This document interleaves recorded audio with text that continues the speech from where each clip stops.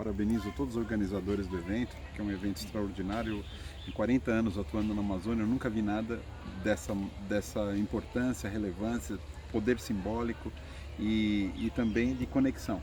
Porque o que eu vi foi um incrível processo de conexão que vai se expandir e vai abarcar a humanidade. Porque a realidade climática que se vive hoje no planeta é bastante séria, é mais séria do que as pessoas imaginam. E o fato de que temos tido grandes desastres, aumentando em frequência, intensidade, vão eventualmente despertar até as pessoas mais adormecidas em relação a isso. E esse evento e essa iniciativa de diálogo, de conexão, ela tem o dom de se antecipar ao que virá, né? Ao que virá de pior, porque em momentos de grande crise, de grande espasmos, né? No caso é um espasmo criado, fabricado, artificial, não é um espasmo natural, como já teve na história geológica da Terra, é um espasmo fabricado mesmo, por pessoas que desconhecem e ignoram e agem de uma maneira inconsequente. E aqui estamos nós, né?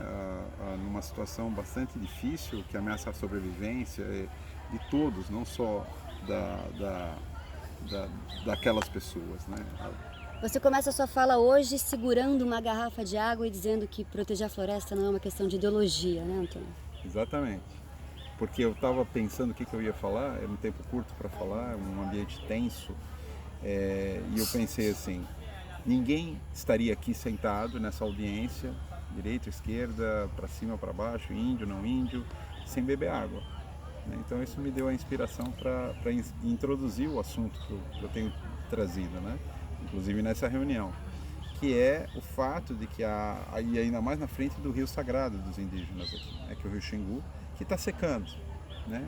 Então construir uma hidrelétrica muito insustentável, porque o rio está secando, você não tem energia produzida sem água. E aí isso eu fiz a ligação entre o líquido que está dentro da garrafa, que me permite a vida, e não só a minha, toda. Não se conhece vida que funciona sem água, né? São dois temas indissociáveis, vida e água. E a ligação com o rio, a ligação com a floresta, a ligação com o que está lá em cima nesse rio, que é a reserva indígena do Xingu, que vai até o Mato Grosso, principalmente, várias reservas na realidade, um agregado, onde os povos da floresta protegeram a floresta original, e em volta o ataque massivo de desmatamento feito pela agricultura, né? Agricultura pecuária. E a relação entre esse ataque e o empobrecimento do ciclo hidrológico nessa região por conta de afetar as chuvas. Tem saído trabalhos mostrando que já está diminuindo a chuva nessa região, em várias áreas da Amazônia oriental, que é essa região leste da Amazônia.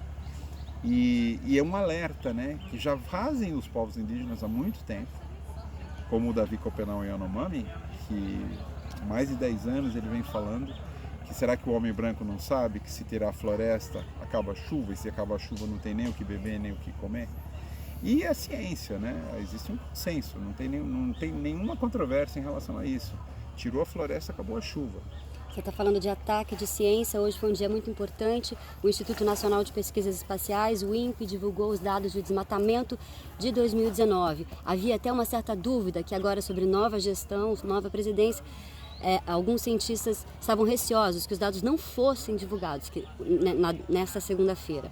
Os dados foram divulgados, um grande alerta, 10 mil quilômetros quadrados de floresta derrubadas no ano passado. Tem muita gente querendo saber o que você tem a dizer sobre isso hoje, Antônio. Olha, obviamente os dados são dados do INPE, são dados confiáveis a despeito de questionamentos. Os questionamentos são naturais e importantes. O INPE de fato é, como disse a Eliana Brum, a instituição mais respeitável nesse assunto porque é pioneira, foi ele que desenvolveu muito da metodologia de observação. Sobre se ia ser divulgado ou não, é uma discussão que na realidade não existe, porque os satélites não são brasileiros, né? Tem satélite brasileiro, mas esses dados são disponíveis na internet. A NASA coloca online os dados para quem quiser ver, e tem outros grupos no mundo que não estão no Brasil, que fazem monitoramento de floresta no mundo inteiro, e aqui inclusive. Então, a não ser que cobrissem a Amazônia inteira com cobertor para que o satélite não visse o que está acontecendo aqui embaixo, que seria um absurdo. Então não é uma discussão isso, se seria divulgado, se não seria. A informação é pública, é mundial, então não tem nem sentido você falar que o INPE não ia divulgar. Diga-se também que o INPE tem hoje uma comunidade que está afinada com essas demandas, porque é uma preocupação da comunidade científica. E o governo se manifestou claramente de que não mudaria a liberdade do INPE de divulgar, e está aí, está saindo os números, né? Então isso realmente não é uma discussão. Agora, quando a gente fala de 10 mil quilômetros quadrados, as pessoas não fazem ideia do que significa isso. É uma área muito grande, insustentavelmente grande. Para você pensar que em 12 meses foi derrubada essa quantidade de... Pense, assim, eu faço sempre umas analogias para as pessoas terem uma noção. Fazem 40 anos que na Amazônia, em média, se desmata 2.000 árvores grandes por minuto. 40 anos, sem parar. Isso mostra duas coisas. Primeiro, que a Amazônia era muito grande. E segundo, que a voracidade da destruição ela não pode ser ignorada. Por quê? Porque essa destruição contínua, uns anos mais, outros anos menos somente quando o governo realmente fez o seu trabalho direito, né, as instituições, o IBAMA, a Polícia Federal, o Ministério Público, os ministérios, que inclusive angariou respeitabilidade maior para o Brasil, angariou recursos, etc. O Brasil já vinha numa curva, até 2012, numa curva de decrescimento do desmatamento associada com o aumento do PIB. Ou seja, essa conversa de que você precisa desmatar para desenvolver economicamente, ele não se sustenta nos dados, né? Os dados dizem claramente, até 2012, de 2005 até 2012, uma queda no desmatamento, graças às políticas públicas, e um aumento no PIB, atividade econômica. Então a atividade econômica não está por trás do desmatamento. Esteve no passado, não está mais. Ou seja, o Brasil sabe fazer. Sabe fazer, pode tranquilamente se desenvolver muito mais do que tem se desenvolvido, preservando a floresta e restaurando o que foi destruído, que é necessário hoje em termos climáticos, né? E a partir de 2012 para cá, o desmatamento repicou, né? Voltou a crescer esse ano mais do que todos os outros anteriores, mostrando que numa época em que o PIB está caindo, o desmatamento está subindo. Então realmente, primeiro o PIB subindo, o desmatamento crescendo. Agora o PIB caindo e o desmatamento crescendo, né? Na primeira parte diminuindo o desmatamento, subindo o PIB. Agora caindo o PIB e subindo o desmatamento. Ou seja, o desmatamento é uma questão de política pública. O desmatamento tem, obviamente, questões ideológicas também envolvidas e está ligado à ideologia, mais do que à política, mais do que à economia, de grupos, né, grupos de interesse que como a gente escutou hoje na abertura do evento, o professor Maurício se referindo, questão fundiária, uma questão de grilagem de terra, é aí que está, uma posição, uma estratégia que não difere muito daquela estratégia do passado, da colonização, quando os europeus chegaram aqui, do destino manifesto, né, de ocupar essa terra que não tem ninguém, que é uma visão totalmente falsa da realidade, né? Essa terra sempre teve habitantes, mais de 11 mil anos que tem habitantes aqui, e agora nós estamos na situação na qual esse desmatamento ele se soma à degradação florestal, que é uma coisa pouco falada, né? Para cada, segundo estudos do INPE, para cada quilômetro quadrado que você tem de corte raso, sabe, corte tipo barba, fila e shave, para cada quilômetro quadrado você tem 2 quilômetros quadrados mais de floresta que foi degradada por exploração madeireira, por fogo, né? Entrada de fogo dentro de uma mata que está seca e aquela floresta já não cumpre mais sua função climática, e por ocupação esperta, né? Daquele que sabe que o satélite está olhando, vai lá, ele não derruba todas as árvores. Quando não derruba todas as árvores, o INPE, o PRODES não conta aquela área como desmatada. E aí bota o capim por baixo, bota o boi lá dentro e aquela área não faz mais papel. E é 2 vezes a área de corte raso. Então não estamos falando de 10 mil quilômetros quadrados.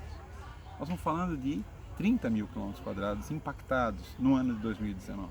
se os dados que o INPE revelou são corretos, verificados, etc., como são, nós temos que ter em perspectiva que nessa taxa nós temos poucos anos até que se torne totalmente inviável a própria continuação da floresta. Antônio, para encerrar, você participou dessa imersão na floresta com pessoas que estão bastante engajadas em dar sua contribuição para proteger as florestas, pessoas de diversos lugares do Brasil e do mundo. Quem tem relações ainda de afeto com a Amazônia, quem quer defender esse bioma tão importante para o futuro e para o presente, qual que é o teu conselho? Olha, eu vi nesses poucos dias dentro da floresta, interagindo com os povos da floresta e com pessoas, pensadores e pessoas preocupadas com o tema, que estão ativas, né, assumindo responsabilidades, inclusive jovens que vieram da Europa de barco, né, de barco à vela. Eu percebi algo muito precioso, que é a união, o valor da união e da conexão e do diálogo. Mesmo o fato de haverem diferentes línguas não se torna barreira, porque o ser humano tem uma predisposição a se conectar pelo coração, né, através do sentimento. E eu vi lá na apresentação para as várias mentes diferentes que tinham ali, da realidade em loco, né, no centro do mundo aqui, da região da Terra do Meio, como isso produziu um despertar, brilho nos olhos de várias pessoas.